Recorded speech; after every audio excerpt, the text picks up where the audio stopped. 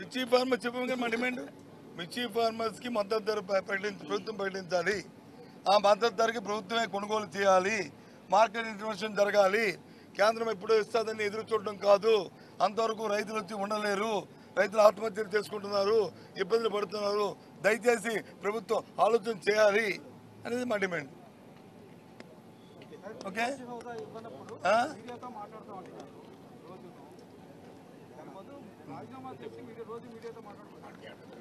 మేమేం చేయాలో మాకు తెలుసు. ఏబిఎన్ మాకు చెప్పక్కర్లే. మాకు ఏం చేయాలో మాకు తెలుసు. మాకు ప్రజల తరపున ఏ విధంగా మా గొంతు నిర్మించాలో మాకు తెలుసు. ప్రజల తరపున ఏ విధంగా మాట్లాడాలో మాకు తెలుసు. Okay, thank you. అందరికీ నమస్కారం. ఈరోజు రాష్ట్రంలో అనేక సమస్యలు తాండవిస్తున్నటువంటి పరిస్థితి కనపడుతుంది. ఈ రాష్ట్రంలో పరిపాలన గాలికి వదిలేసినటువంటి ప్రభుత్వం ప్రతిపక్ష హోదాని ఏ విధంగా ఎగ్గొట్టాలనేటటువంటి ప్రయత్నం తప్ప ప్రజల పక్షాన గొంతు వినిపించేటటువంటి ప్రతిపక్షాన్ని గుర్తించింది కారణం ఏంటి ఒక్కసారి గమనించండి. ఈ రాష్ట్రంలో జరుగుతున్నటువంటి అరాచకాలపై, ఈ రాష్ట్రంలో జరుగుతున్నటువంటి అఘాయిత్యాలపై, ఈ రాష్ట్రంలో జరుగుతున్నటువంటి దోపిడీపై గళమెత్తేటటువంటి ప్రతిపక్షం లేకపోతే విచ్చలవిడిగా వాళ్ళ దోపిడీని సాగించవచ్చు అనేటటువంటి ఒక కుబుద్ధితోటి కావాలని ప్రతిపక్ష హోదా ఇవ్వకుండా వారు ఎగ్గొడుతున్నటువంటి పరిస్థితి. ఇవాళ గవర్నర్ గారి ప్రసంగంలో వారిని స్పందించవలసిందిగా కోరాం. ఇవాళ గవర్నర్ గారు స్పందించకపోవడానికి కారణం ఏంటి? ప్రతిపక్షము అంటే ప్రజాస్వామ్యంలో భాగస్వామి కాదా? ప్రతిపక్షం లేకుండా ప్రజాస్వామ్యానికి విలువ ఉంటుందా? ప్రజాస్వామ్యం యొక్క విలువే అధికార పక్షంతో పాటు ప్రతిపక్షం ఉండడం. అలాంటి ప్రతిపక్షం లేకుండా చేయడం అంటే ప్రజాస్వామ్యాన్ని కూనీ చేయడం తప్ప ఇంకోటి కానే కాదు అనేది మాత్రం స్పష్టంగా ప్రజలందరూ అర్థం చేసుకోవాలి. ఈరోజు రాష్ట్రంలో జరుగుతున్నటువంటి మానభంగాలపై మాట్లాడేటటువంటి గొంతు అసెంబ్లీలో అవసరం లేదా? రైతుల పక్కన మాట్లాడాల్సినటువంటి గొంతు అసెంబ్లీలో అవసరం లేదా? రైతులకి గతంలో 20 క్వింటాళ్ళు ఎకరానికి వచ్చి 24,000 రూపాయలు కింటాకి మద్దతు ధర ఉన్న చోట దాదాపు సగం దిగుబడి వచ్చి సగం రేటుకు పడిపోయినా కూడా వారి వైపున మాట్లాడడానికి, అసెంబ్లీ సాక్షిగా మాట్లాడడానికి ప్రజాపక్షమైనటువంటి ప్రతిపక్షం ఉండాలా లేదా?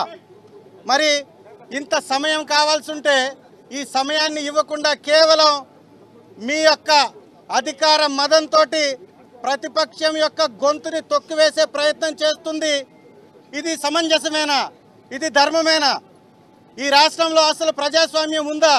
ఈ ప్రజాస్వామ్యాన్ని కాపాడాల్సినటువంటి బాధ్యత గవర్నర్ గారికి లేదా? గవర్నర్ గారు కూడా ఆలోచించాలి. వారి బాధ్యతని గుర్తించాలి. ప్రతిపక్షం యొక్క పాత్రని గుర్తించాలి. ప్రతిపక్షం లేకపోతే ఈ రాష్ట్రంలో ప్రజాస్వామ్యం ఉండదు అనేది గవర్నర్ గారు కూడా గమనించాలి. కేవలం అధికార పక్షానికి అండగా నిలబడడం కోసం గవర్నర్ గారికి ఆ పదవి రాలేదు. ప్రజల పక్షాన నిలబడడం కోసం మాత్రమే గవర్నర్ గారికి ఆ పదవి ఉంది. గవర్నర్ గారు కూడా దాన్ని గుర్తించాలి. మేము ఎంత పోరాటం చేసినా అసెంబ్లీ సాక్షిగా ప్రతి సమస్యని మాట్లాడేటప్పుడు ఉండేటటువంటి విలువ బయట మాట్లాడితే ఉండదు అనేది మీరు చెప్పేది నిజమైతే ఆ మాట్లాడాల్సినటువంటి వేదిక మీద మాకు తగినటువంటి సమయం ఇవ్వాలా లేదా? మీరు కూడా ఆలోచించాలి.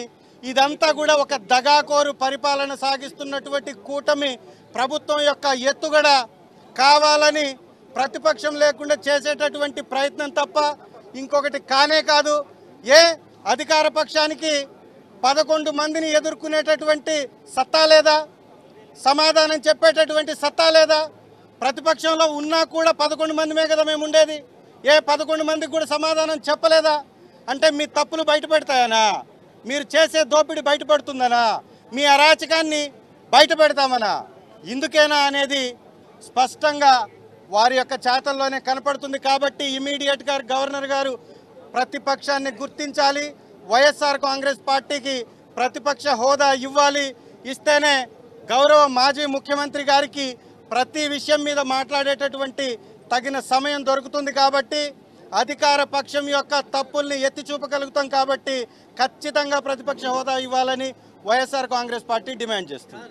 మీరు బహుశా ఫాలో అవ్వట్లేదు. 2 సార్లు అసెంబ్లీకి వచ్చాం, 2 సార్లు గవర్నర్ గారిని మేము రిక్వెస్ట్ చేశాం. వారు కనీసం స్పందించాలా లేదా? కోర్టులో వేసిన దాని మీద స్పీకర్ గారు స్పందించి వారి వివరణ ఇవ్వాలా లేదా? ఇదే ప్రశ్న వారిని మీరు ఎందుకు అడగట్లేదు? ఇదే ప్రశ్న ఎందుకు వేయట్లేదు? ప్రజాస్వామ్యంలో ప్రతిపక్షం ఉండాలా లేదా? మీరు చెప్పండి, మీరు చెప్పండి. వాళ్ళ మీరు అంటున్నారు 41% ఓటింగ్ ఇచ్చారు ప్రజలు. ఇది ప్రతిపక్షానికి అర్హత కాదా? ప్రజాస్వామ్యంలో ఓటే ముఖ్యం. మీకు ఓటు తెలియకుండా, ఓటు విలువ తెలియకుండా 6%, 7% వచ్చినటువంటి వ్యక్తుల్ని మీ పక్కన కూర్చొని పెట్టి, డిప్యూటీ చీఫ్ మినిస్టర్లుగా కూర్చొని పెట్టి ప్రజాస్వామ్యాన్ని కూనీ చేస్తూ పిఏసీ చైర్మన్ పొద్దుల శాఖను కూడా అధికార పక్షం తీసుకొని అనుభవిస్తుందంటే ఇంతకు మించినటువంటి దగా ఉందా? ఇంతకు మించినటువంటి దుర్మార్గం ఉందా? ఎప్పుడైనా అధికార పక్షం పిఏసీ చైర్మన్ తీసుకుందా? చరిత్ర ఉందా? పక్కనున్నటువంటి రాష్ట్రాలలో కూడా, దేశాలలో కూడా పిఏసీ చైర్మన్ ప్రతిపక్షానికే ఇస్తారు కదా. మరి ఇక్కడ ఎందుకు గుంజేసుకున్నారు? ఉన్నారా ప్రతిపక్షం? ఇంకొక పార్టీ ఉందా? శాసనసభలో ఇంకొక పార్టీయే ప్రతిపక్షంలో లేనప్పుడు, ఉన్నటువంటి పార్టీలన్నీ అధికార పక్షంలోనే ఉన్నప్పుడు ప్రతిపక్షం ఎవరు? మరి ఎవరిని మీరు గుర్తిస్తారు ప్రతిపక్షంగా? కాబట్టి ప్రజాస్వామ్యవాదులందరూ కూడా దీని మీద తిరగబడాలి, ప్రభుత్వాన్ని నిలదీయాలి. అందరికీ నమస్కారం. అసలు ఈ రాష్ట్రంలో ప్రజాస్వామ్యం నడుస్తుందా, నిరంకుశత్వ పాలన నడుస్తుందా అర్థం కావట్లేదు. ఉన్నవి 4 పార్టీలు, అందులో 3 పార్టీలు అధికార పక్షంలో ఉన్నాయి. మిగిలిన వైఎస్ఆర్ కాంగ్రెస్ పార్టీకి ఎందుకు ప్రతిపక్ష హోదా ఇవ్వరు? అసలు దేశ చరిత్రలో కానీ మిగతా రాష్ట్రాల్లో ఎక్కడైనా ప్రతిపక్షం లేని అసెంబ్లీ ఉంటుందా? అది ఆంధ్రప్రదేశ్లో మాత్రమే కనిపిస్తూ ఉంది. అసలు ఢిల్లీలో ఒకసారి 3 బీజేపీ ఎమ్మెల్యేలు ఉంటే వాళ్ళకి ప్రతిపక్షం హోదా ఇచ్చారా లేదా? మరి ఆంధ్రప్రదేశ్లో ఎందుకు ఇవ్వట్లేదు? వీళ్ళకి భయం. 9 నెలల్లోనే ఈ ఆంధ్రప్రదేశ్ రాష్ట్ర ప్రజల జీవితాలు తలక్రిందులు అయిపోయాయి. ఎంతో నమ్మి ఓట్లేశారు. ఆ ప్రజలే చెప్తూ ఉన్నారు, ఈరోజు నిరుద్యోగులైతే వాళ్ళ చెప్పులతో వాళ్ళు కొట్టుకొని ఇలాంటి ప్రభుత్వానికి ఎందుకు ఓటేసాంరా దేవుడా అని బాధపడే పరిస్థితులు తీసుకొచ్చారు. మహిళలు మోసం చేశారు, రైతులు మోసం చేశారు, నిరుద్యోగులు మోసం చేశారు, ఉద్యోగస్తులు మోసం చేశారు, చిన్నపిల్లల్ని మోసం చేయడం జరిగింది. అలాగే అన్ని రకాలుగా ప్రజలు మోసం చేశారు. ఇంకోవైపు ధరలు పెంచేశారు. సూపర్ 6 హామీలు అని చెప్పి ఏ ఒక్కటి కూడా నెరవేర్చలేదు. ఈరోజు తీసుకుంటే 15,000 కోట్ల రూపాయలు విద్యుత్ భారం ప్రజల మీద వేయడం జరిగింది. రిజిస్ట్రేషన్ ఛార్జెస్ భారం పెంచేయడం జరిగింది. నిత్యావసర సరుకుల ధరలు అయితే 60% పెంచడం ఈ కూటమి ప్రభుత్వం అధికారంలోకి వచ్చాక జరిగింది. ఇన్ని రకాలుగా ప్రజల మీద భారం మోపారు. ఇన్ని సమస్యలు ఉన్నాయి ఈ రాష్ట్రంలో. వీటన్నిటి మీద కూడా ప్రతిపక్షంగా మా పార్టీ ప్రశ్నిస్తాదని భయపడి వీళ్ళు ప్రతిపక్ష హోదా వైఎస్ఆర్ కాంగ్రెస్ పార్టీకి అసెంబ్లీలో ఇవ్వట్లేదు. అలాగే మేము కోర్టులో వేసాం, పిటిషన్ వేయడం జరిగింది.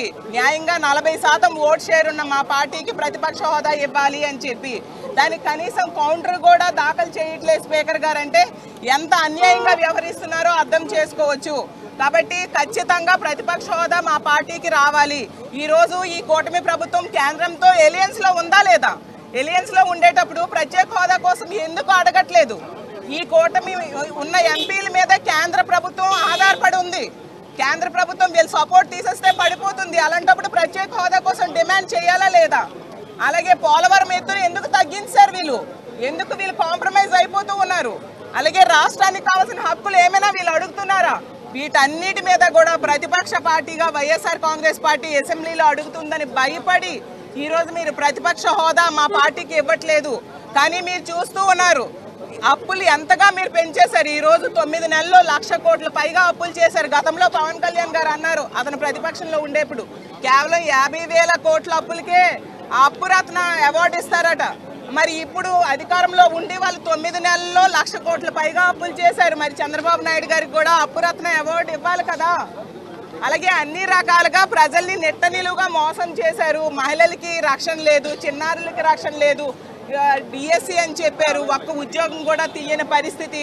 గతంలో జగన్మోహన్ రెడ్డి గారు అన్ని పథకాలు ప్రవేశపెడితే అవి ఏవి కూడా అమలు చేయకుండా ఈరోజు కొత్త పథకాలు చేస్తామని చెప్పి అవి కూడా ఇవ్వకుండా నెట్ట నిలువుగా మోసం చేశారు. కాబట్టి వీటన్నిటి మీద ప్రశ్నిస్తామని భయపడి ఈ విధంగా చేస్తూ ఉన్నారు. ఖచ్చితంగా వైఎస్ఆర్ కాంగ్రెస్ పార్టీకి ప్రతిపక్ష హోదా ఇవ్వాలి, అది న్యాయబద్ధంగా ఇవ్వాల్సిన అవసరం ఉందని తెలియజేస్తూ ఖచ్చితంగా ప్రతిపక్ష హోదా ఇచ్చేంత వరకు మేము పోరాటం చేస్తాం. అలాగే కౌన్సిల్లో కూడా ఈ సమస్యలన్నిటి మీద కూడా ప్రజల తరపున మేము పోరాటం చేస్తాం. మా ప్రతిపక్ష పార్టీ గొంతు నొక్కి ప్రజల గొంతు నొక్కాలని చూస్తూ ఉన్నారు. కానీ ప్రజల తరపున మా పార్టీ ఎప్పుడు పోరాటం చేస్తుందని తెలియజేస్తూ సెలవు తీసుకుంటున్నాను. ఈ కూటమి ప్రభుత్వం యొక్క నిరంకుశ పాలనకి పరాకాష్టే 5 ముఖ్యమైనటువంటి రాష్ట్రంలో ఉన్నటువంటి ఛానళ్ళని 4 పూర్తిగా మెయిన్ స్ట్రీమ్ మీడియాలో అగ్రభాగాన ఉన్నటువంటి ఛానల్స్ అయినటువంటి TV9ని, NTVని, సాక్షిని, 10 టీవీని కూడా నిషేధించింది. దీనికి కారణం ఏంటి? ప్రతిపక్షంలో గొంతు వినిపించకుండా ప్రతిపక్షాన్ని అసెంబ్లీ నుంచి దూరం చేయడం, ప్రజలకి వీళ్ళు చేసే తప్పుల నుంచి పక్కదారి పట్టించడానికి మీడియా వ్యవస్థల్ని కూడా పక్కకు నెట్టేయడం. ఈ దేశ చరిత్రలో ఎప్పుడైనా నోటీస్ కూడా ఇవ్వకుండా 4 ఛానల్ని బహిష్కరించినటువంటి శాసనసభ ఉందా ఏదన్నా? ఒకే ఒక్క సాకు ప్రతిపక్ష నంబర్ లేదు అనేటటువంటి సాకు చూపించి ప్రజలకి నిజాలు తెలియకుండా చేస్తున్నటువంటి ఈ కూటమి విధానాలని ఎండగట్టాలి. ఈ నిరంకుశ పాలనని ప్రజలు తరిమి కొట్టాలని వైఎస్ఆర్ కాంగ్రెస్ పార్టీ తరఫున డిమాండ్ చేస్తుంది.